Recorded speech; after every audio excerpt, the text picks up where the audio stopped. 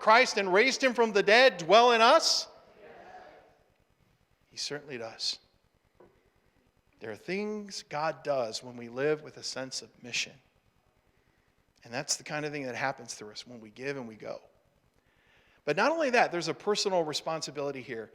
We must personally take the gospel to the end of our world, however far that is. It may not get out of Summit County, but we need to take the gospel to the ends of our world. So for a moment, let's not think about South Africa or Portugal. Let's think about our Jerusalem. For some, their own home is a mission field. Some of you are going home to a house full of non-Christians. Mission field. What is our Judea and Samaria? Maybe it's our school. Maybe it's our neighborhood. Maybe it's our workplace, our social groups that we belong to. What is the end of the earth, of our personal world? Who are those people whose lives we intersect with infrequently, who are just on the fringes? The gospel is for them as well. They may be people that we see monthly, every 6 months, or just once in our life. I was on my way to a speaking engagement. I lived in Columbus at the time, and I was headed to Cincinnati. And as I got going, I got off to a late start. And then I realized my gas was on empty. So I thought, oh man. So I stopped at a gas station, and it was a September Sunday afternoon. It was a beautiful day. I had my sunroof open. I got to the BP gas station, and I started pumping gas. And that's when I noticed this young woman walking towards me. And I took a look at her, and I could tell she had lived hard. And then my next gospel thought was, please don't come to me. Please don't come to me. Please don't come to me. Sorry. It was almost a good Samaritan moment, to be honest with you, because in my head I'm thinking about what I've got to do and I need to be on my way. Yeah, like that first or second guy who walked past him. And she came up and she said, hi, I'm Alicia. I'm like, hi. And she said, do you have any, is there any cash you can get? And her face was broken out. You could tell she was a meth addict. And I said, no, I don't really have any cash. And she goes, do you have any change in your car? And before I could say, she was in my car. She poof, into the passenger seat. I'm like, and there she is. Okay. I now have a passenger. Okay. And she's grabbing change from the center console of my car. And I'm like, okay, I'm a minister of the gospel, and I have a drug-addicted woman in my car.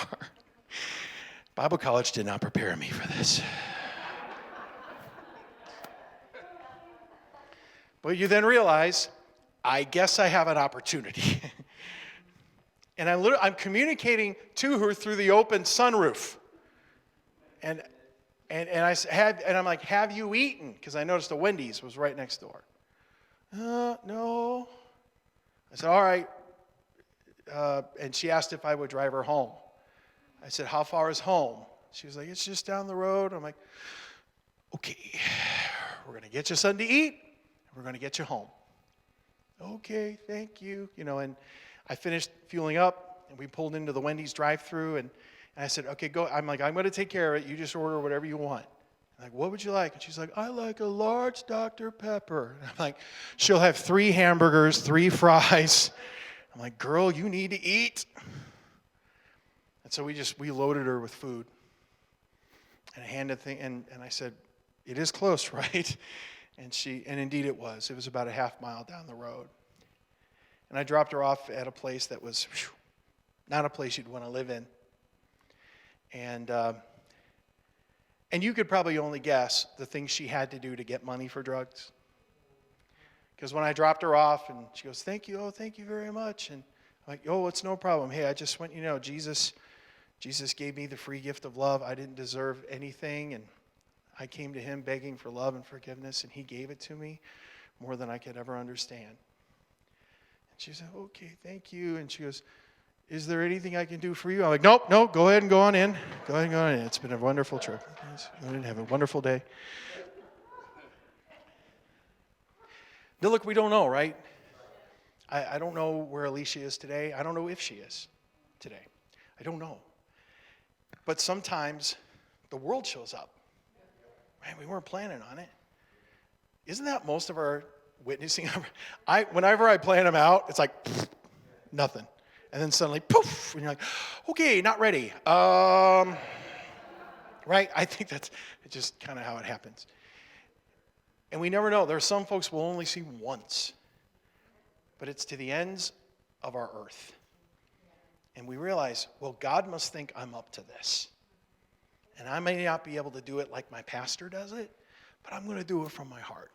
And if nothing else, I'm just going to tell my story about how I came to know Jesus. That's all. That's what I'll do. Because, folks, you can't miss with that. Because who's going to say, no, that didn't happen? And you're like, okay. Because it's your story. And the time is short. Can you and I make a commitment to take the message of Jesus to the ends of our world?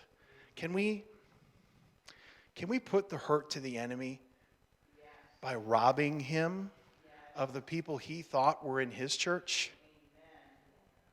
That's something my brother used to say back in the day when he was a youth pastor. He said, all I know is Satan's youth group is still bigger than mine, so I am not happy. And we need to start stealing from Satan's church.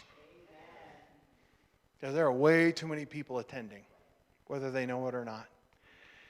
So we need to live with that sense of urgency. Because we don't know. This could be the day. So if you've got someone right now that you're connecting with and having a relationship with, stay in it. Don't give up. Because you might be the only link to the cross for them. Would you bow your heads, please? We'll ask the team to come back, wrap this up really quick. Thank you.